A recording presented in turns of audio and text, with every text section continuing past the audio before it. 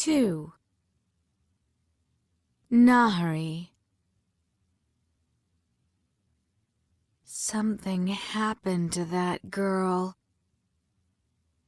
Nahri picked through the pastry crumbs of her long-devoured fatir, her mind spinning after the Tsar.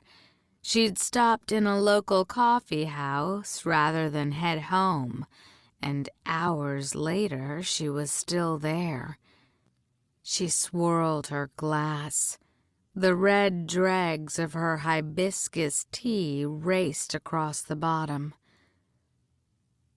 Nothing happened, you idiot. You didn't hear any voices. She yawned, propping her elbows up on the table and closing her eyes. Between her pre-dawn appointment with the Basha and her long walk across the city, she was exhausted. A small cough caught her attention. She opened her eyes to find a man with a limp beard and a hopeful expression idling by her table. Nahri drew her dagger before he could speak and slammed the hilt against the wooden surface. The man vanished, and a hush fell across the coffee house. Someone's dominoes clattered to the floor. The owner glared, and she sighed, knowing that she was about to be thrown out. He'd initially refused her service, claiming no honorable woman would dare venture out unaccompanied at night, let alone visit a coffee house full of strange men. After repeatedly demanding to know if her menfolk knew where she was, the sight of the coins from the Tsar had finally shut him up. But she suspected that brief welcome was about to end. She stood up, dropped some money on the table, and left. The street was dark and unusually deserted.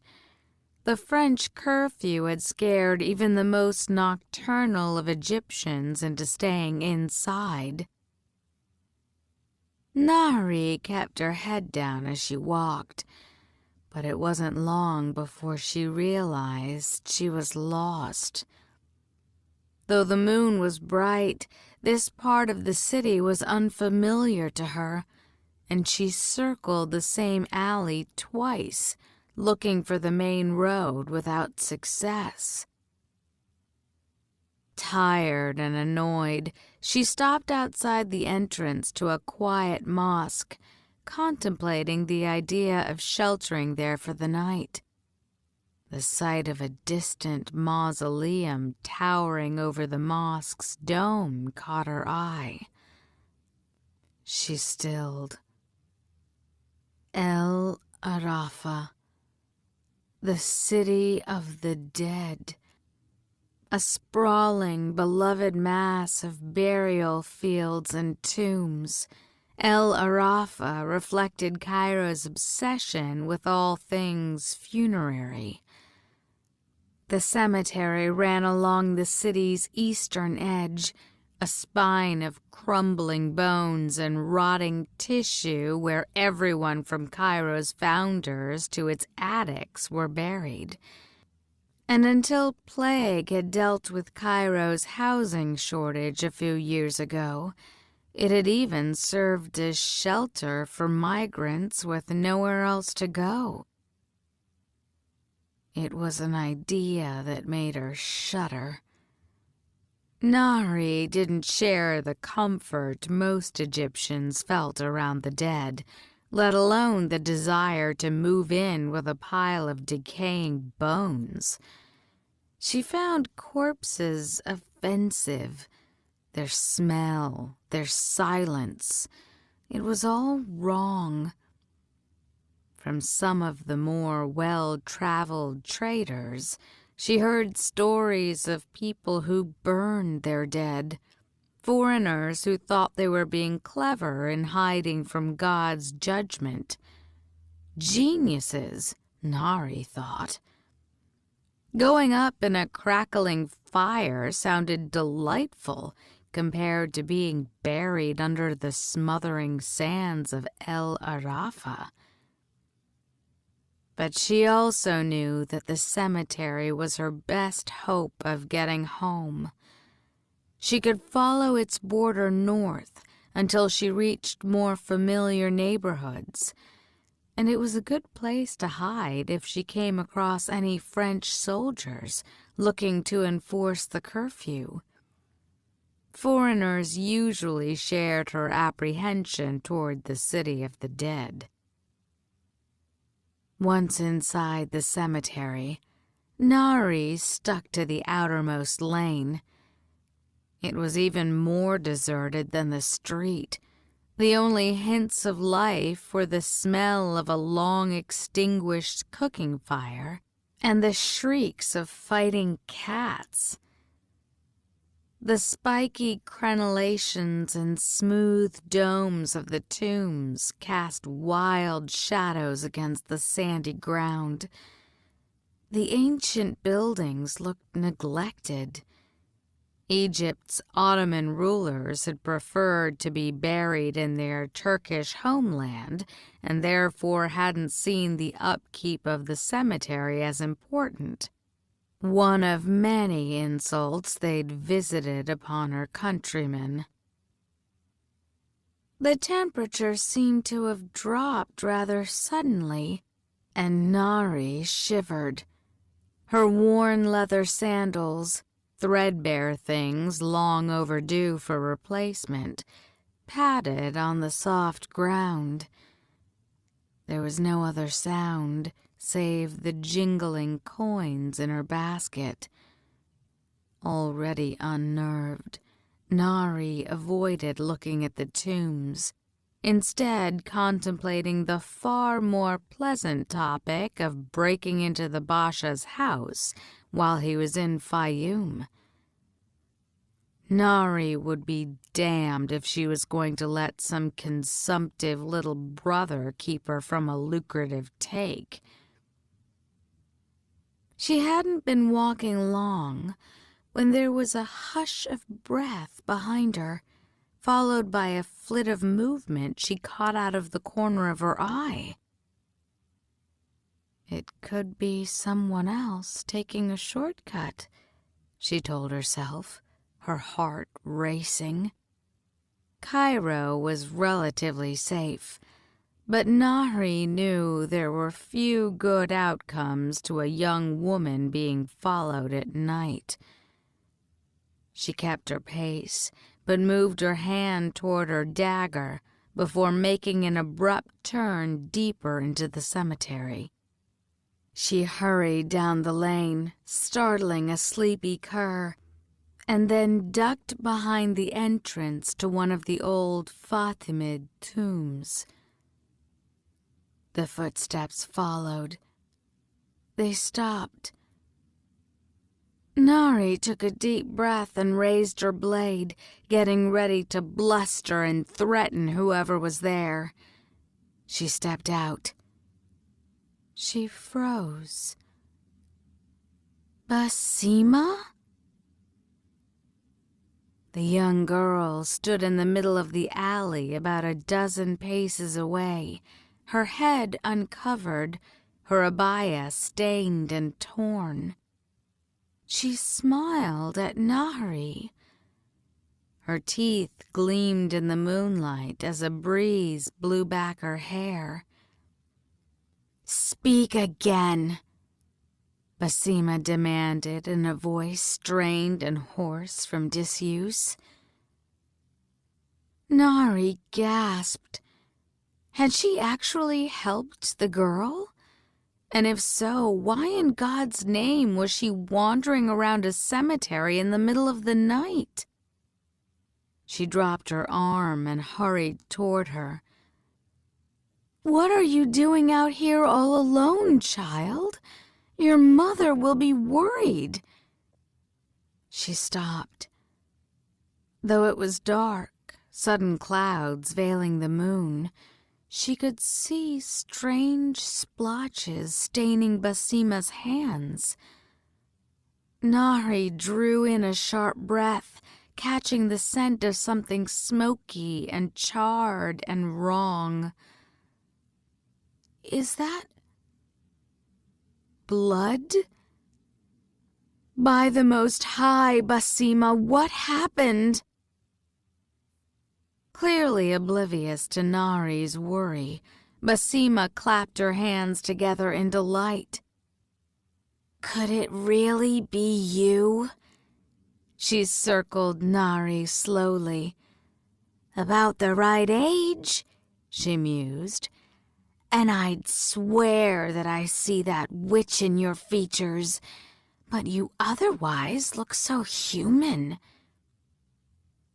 Her gaze fell on the knife in Nahri's hand.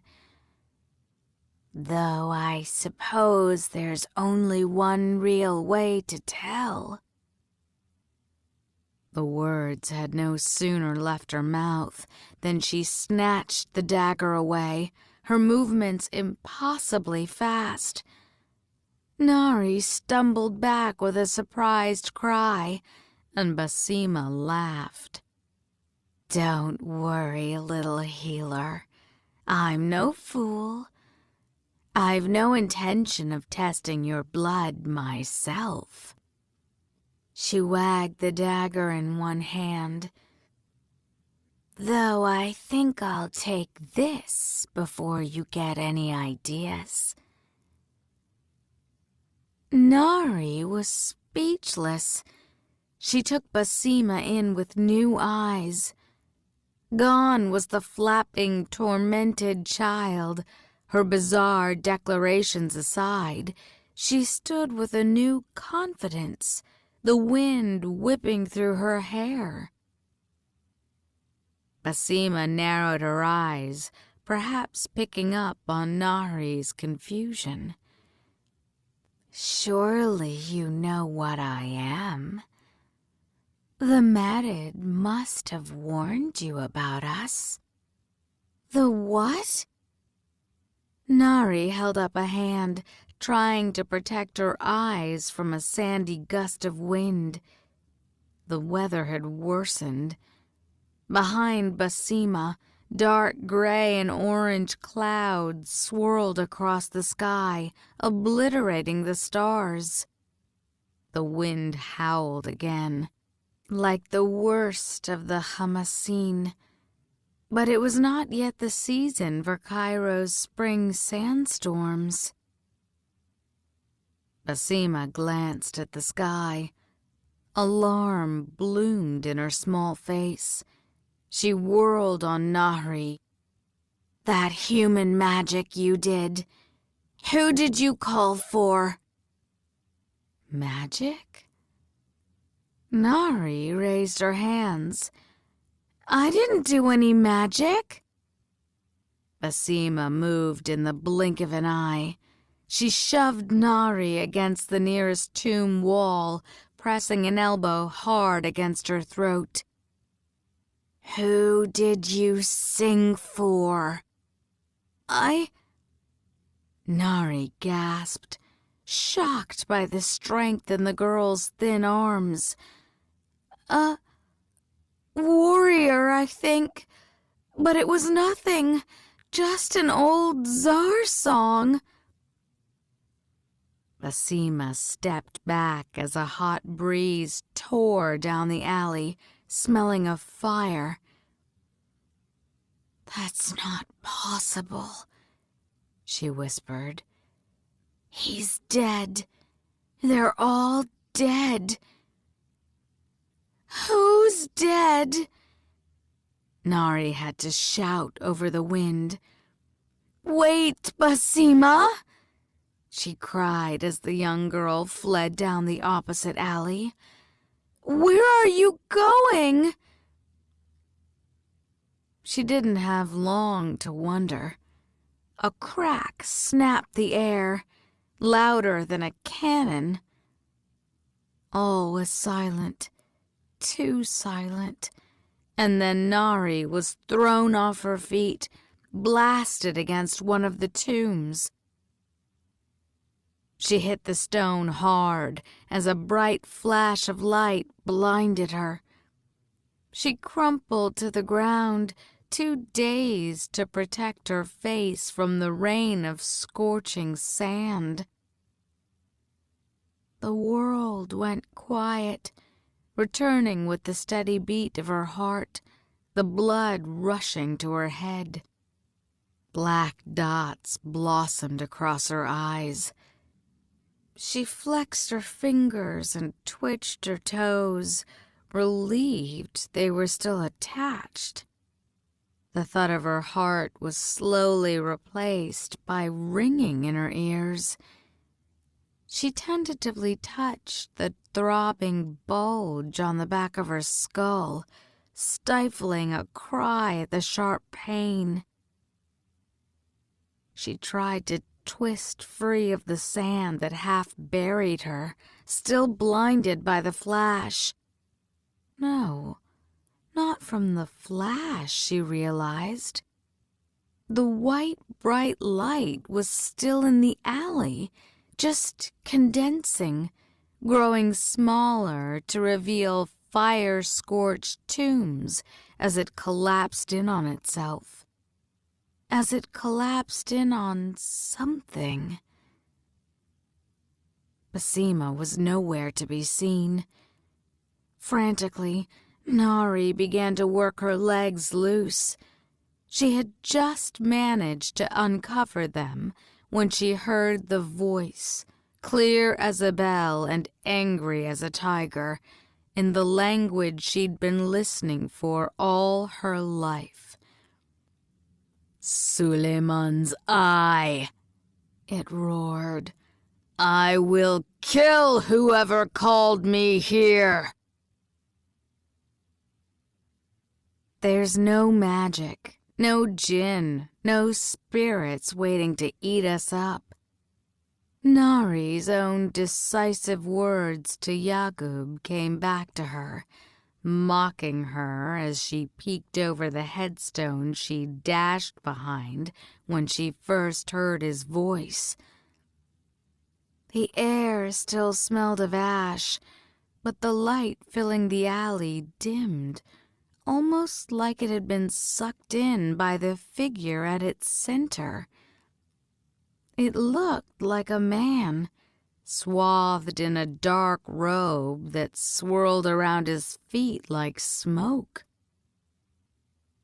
He stepped forward as the remaining light vanished into his body and immediately lost his balance, grabbing for a desiccated tree trunk. As he steadied himself, the bark burst into flames beneath his hand. Instead of pulling back, he leaned against the burning tree with a sigh, the flames licking harmlessly at his robe. Too stunned to form a coherent thought, let alone flee, Nahri rolled back against the headstone as the man called out again. "Haizur, if this is your idea of a jest, I swear on my ancestors to pluck you apart feather by feather." His bizarre threat rang in her mind, the words meaningless, but the language so familiar it felt tangible. Why is some lunatic fire creature speaking my language? Unable to fight her curiosity, she turned back, peering past the headstone. The creature dug through the sand, muttering to himself and swearing. As Nahri watched, he pulled free a curved scimitar and secured it to his waist. It was quickly joined by 2 daggers, an enormous mace, an axe, a long quiver of arrows, and a gleaming silver bow. The bow in hand, he finally staggered up and glanced down the alley, obviously searching for whoever had. What had he said? Called him. Though he didn't look much taller than her, the vast array of weapons, enough to fight a whole troop of French soldiers, was terrifying and slightly ridiculous, like what a little boy might don when playing at being some ancient warrior. A warrior. Oh, by the Most High. He was looking for her. Nahri was the one who had called him. "Where are you?" he bellowed, striding forward with his bow raised. He was getting dangerously close to Nahri's headstone. "I will tear you into fours." He spoke her language with a cultured accent, his poetic tone at odds with the terrifying threat. Nahri had no desire to learn what being torn into fours meant. She slipped off her sandals. Once he was past her headstone, she quickly rose and silently fled down the opposite lane. Unfortunately, she had forgotten about her basket. As she moved, the coins rang out in the silent night. The man roared, "Stop!" She sped up, her bare feet pounding the ground. She turned down one twisting lane and then another, hoping to confuse him. Spotting a darkened doorway, she ducked inside. The cemetery was silent, free of the sounds of pursuing feet or angry threats. Could she have lost him? She leaned against the cool stone, trying to catch her breath and wishing desperately for her dagger. Not that her puny blade would offer much protection against the excessively armed man hunting her. "I can't stay here." But Nahri could see nothing but tombs in front of her and had no idea how to get back to the streets. She gritted her teeth, trying to muster up some courage. "Please, God, or whoever is listening," she prayed, "just get me out of this, and I swear I'll ask Yagub for a bridegroom tomorrow, and I'll never do another czar." She took a hesitant step. An arrow whistled through the air. Nahri shrieked as it sliced across her temple. She staggered forward and reached for her head, her fingers immediately sticky with blood. The cold voice spoke. "Stop where you are, or the next one goes through your throat." She froze, her hand still pressed against her wound. The blood was already clotting, but she didn't want to give the creature an excuse to put another hole in her. "Turn around." She swallowed back her fear and turned, keeping her hands still and her eyes on the ground. Please don't kill me," she stammered. "I didn't mean to." The man, or whatever he was, sucked in his breath, a noise like an extinguished coal. "You're human," he whispered. "How do you know Devasti?" How can you even hear me? Nahri paused, startled to finally learn the name of the language she'd known since childhood. The Vasti. Look at me. He moved closer, the air between them growing warm with the smell of burnt citrus. Her heart was beating so hard she could hear it in her ears. She took a deep breath, forcing herself to meet his gaze.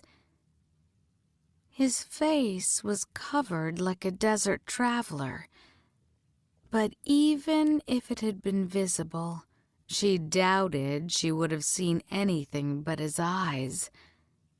Greener than emeralds, they were almost too bright to look into directly. His eyes narrowed. He pushed back her headscarf, and Nahri flinched as he touched her right ear. His fingertips were so hot that even his brief press was enough to scald her skin.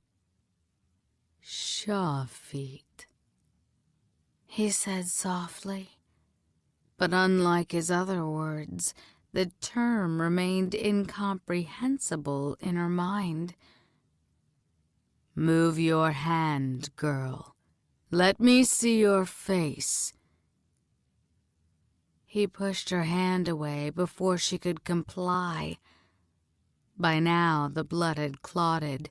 Exposed to the air, her wound itched. She knew the skin was stitching back together before his eyes.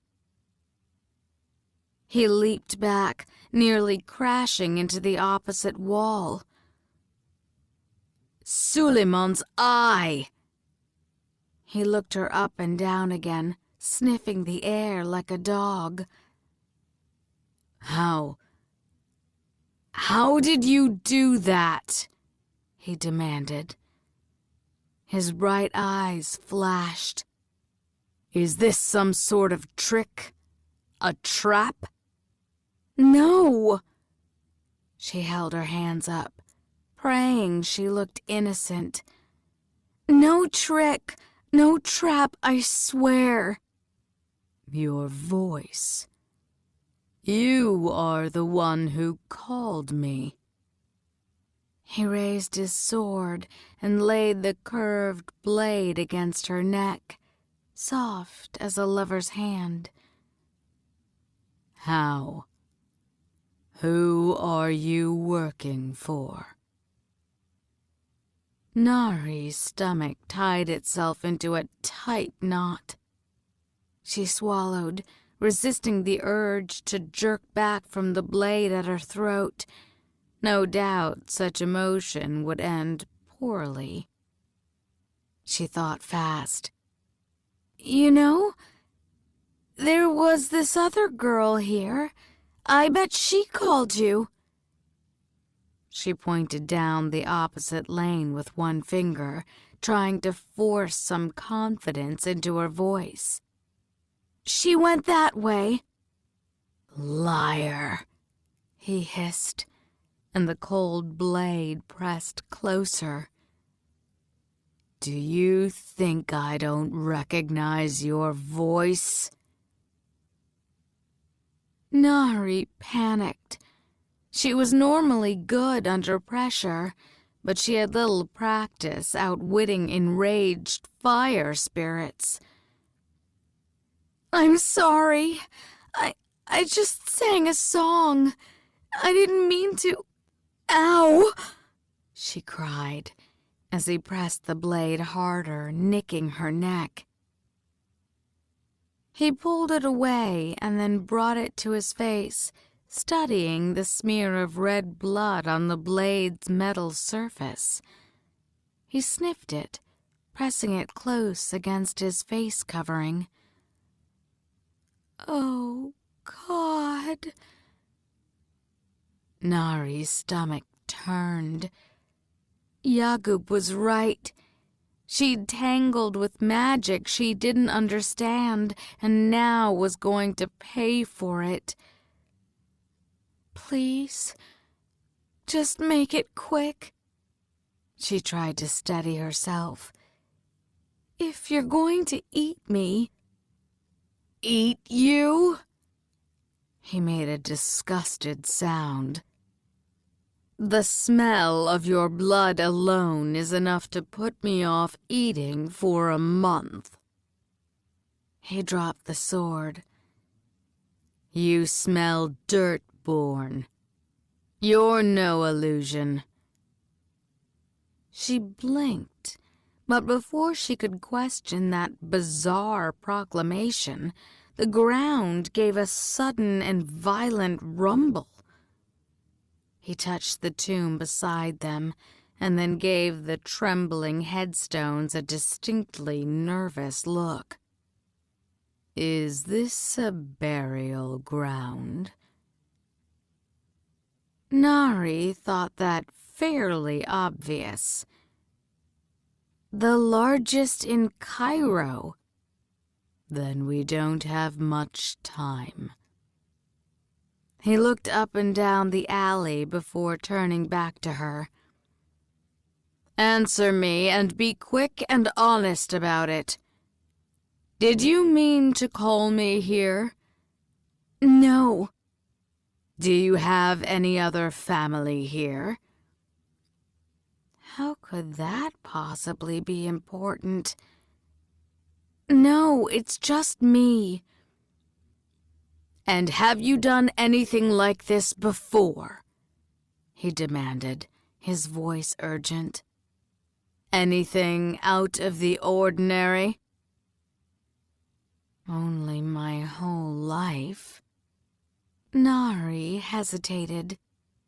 But terrified as she was, the sound of her native language was intoxicating, and she didn't want the mysterious stranger to stop speaking. And so the answer rushed out of her before she could think better of it. I've never called anyone before, but I heal, like you saw. She touched the skin on her temple. He stared at her face, his eyes growing so bright she had to look away. Can you heal others? He asked the question in a strangely soft and desperate tone, as if he both knew and feared the answer.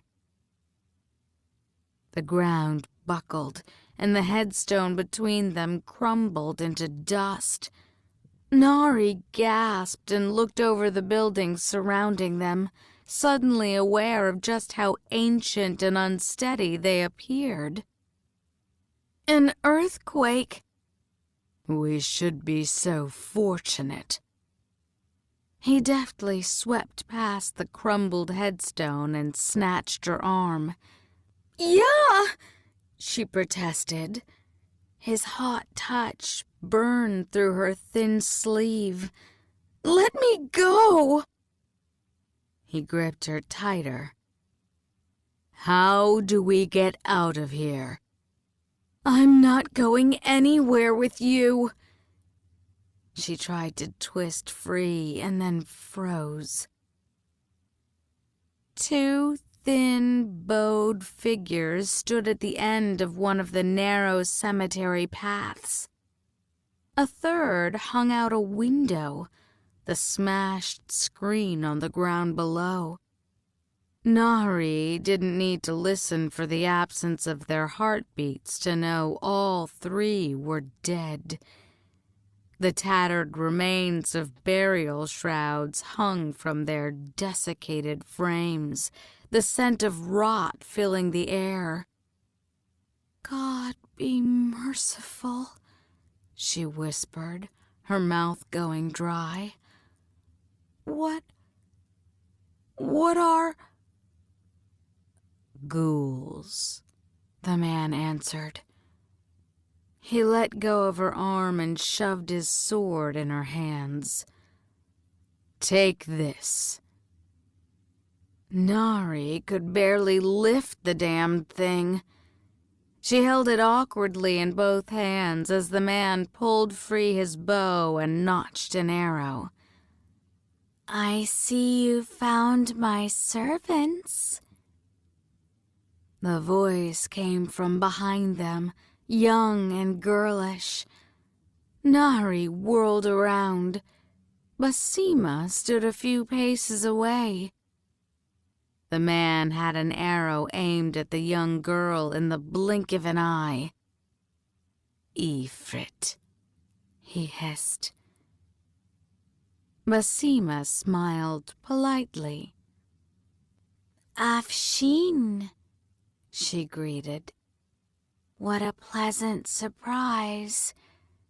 Last I heard, you were dead, having gone completely insane in the service of your human masters." He flinched and drew the bow back farther. "Go to hell, demon." Basima laughed. There's no need for that. We're on the same side now. Haven't you heard?" She grinned and drew nearer. Nahri could see a malicious glint in her dark eyes. "Surely you'll do anything to help the newest Banu Nahida." The newest what? But the term must have meant something to the man. His hands trembled on the bow. "The Nahids are dead," he said in a shaky voice. "You fiends killed them all." Basima shrugged. "We tried. All in the past now, I suppose." She winked at Nahri. "Come." She beckoned her forth. "There's no reason to make this difficult." The man, Afshin, Basima had called him, stepped between them. "I will rip you from that poor child's body if you come any nearer." Basima gave a rude nod to the tombs. "Look around, you fool. Do you have any idea how many here owe debts to my kind? I have but to say a word and you will both be devoured." "Devoured?" Nahri immediately stepped away from Afshin. "Wait, you know what? Maybe I should just..." Something cold and sharp grabbed her ankle. She glanced down.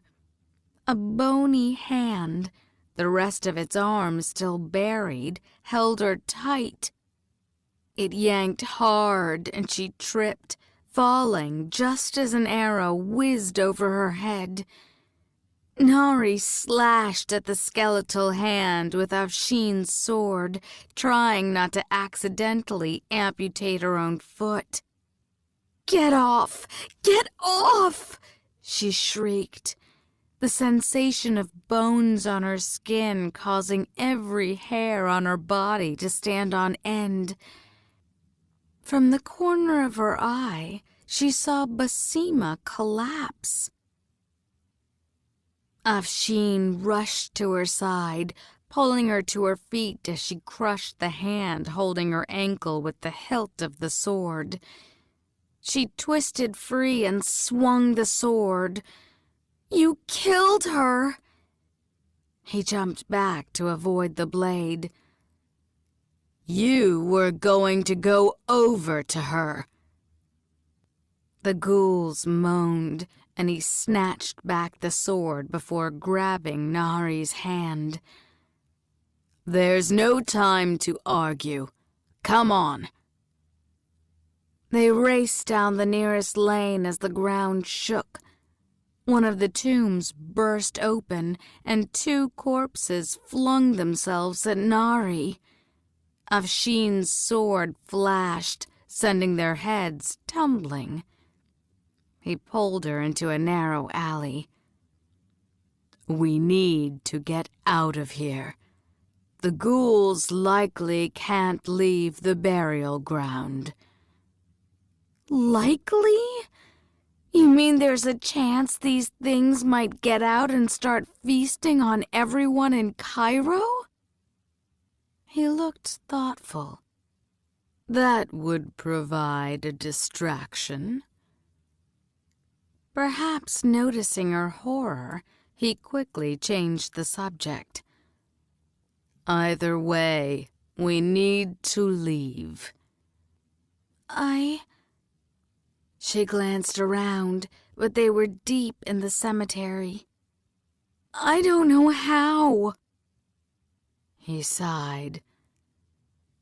"Then we'll need to make our own exit." He jerked his head at the surrounding mausoleums. "Do you think I can find a rug in any of these buildings?" "A rug? How is a rug going to help us?" The headstones near them shuddered. He made a hushing noise. "Be quiet," he whispered. "You'll wake up more." She swallowed hard, ready to throw her lot in with this Afshin if it was the best way to avoid becoming a meal for the dead. "What do you need me to do?" "Find a rug, a tapestry, curtains, something fabric and big enough for both of us." "But why?" He cut her off, motioning with one finger toward the ghastly sounds coming from the opposite alley. "No more questions." She studied the tombs. A broom rested outside one, and its wooden window screens looked new. It was large, probably the kind that held a small room for visitors. "Let's try that one." They crept down the alley. She tried the door, but it didn't budge. "It's locked," she said. "Give me one of your daggers. I'll pick it." He raised his palm. The door burst inward, wooden splinters spraying the ground. "Go. I'll guard the entrance." Nahri glanced back. The noise had already drawn attention.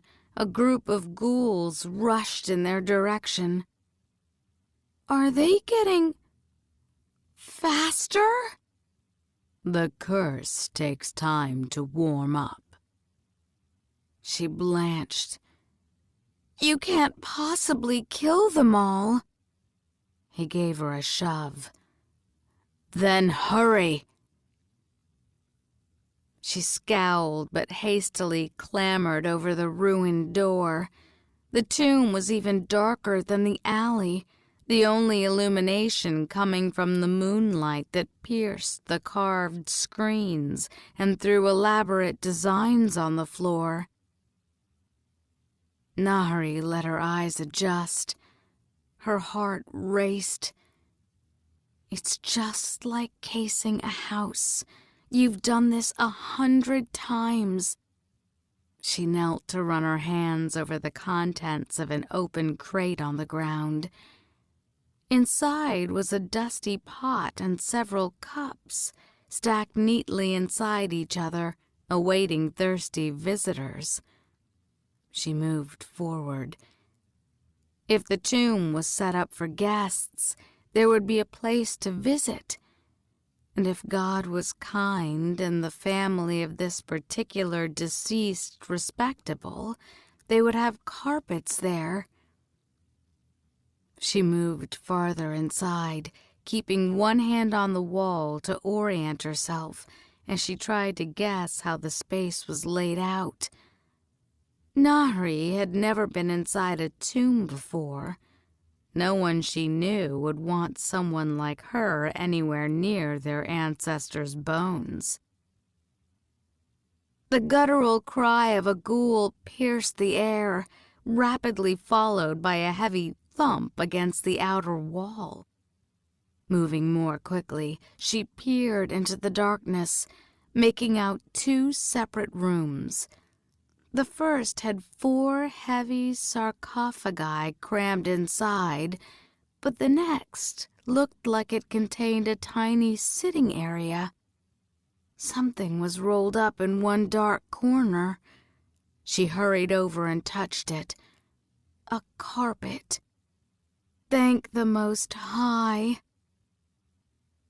The rolled carpet was longer than she was, and heavy. Nahri dragged it through the tomb, but had gotten only halfway when a soft noise drew her attention. She glanced up, catching a mouthful of sandy dust as it blew past her face.